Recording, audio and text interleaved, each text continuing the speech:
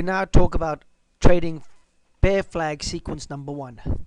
So we start with our pole and our flag, and the trading says that any break below the flag, we enter the trade, and obviously there is no break at this point, and a new flag forms, so there's no trade on flag sequence 1.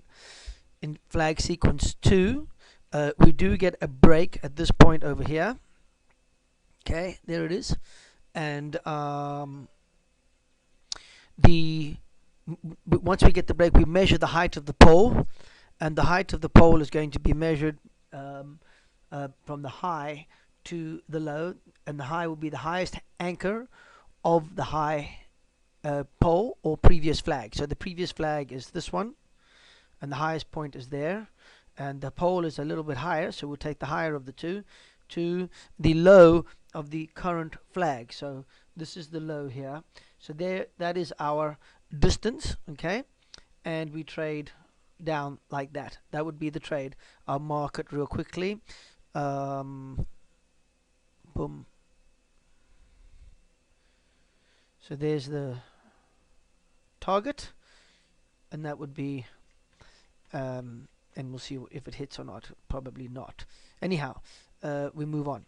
Okay, so it goes the other way.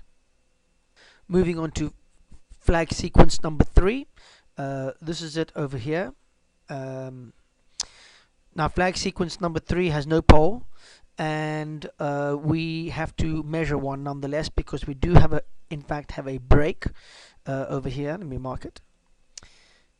There's the break by the looks of it. 2 lower closes, and the pole should be measured. In the case where there is no pole drawn, the high is the highest anchor between the previous flag and the start of the current flag. So the previous flag is here and the start of the current flag is here, so we take the highest point, which is here, okay, of that previous flag to the start of the current flag, to the low of the current flag.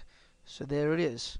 So that is our target, and I will draw it, and we mark it like this from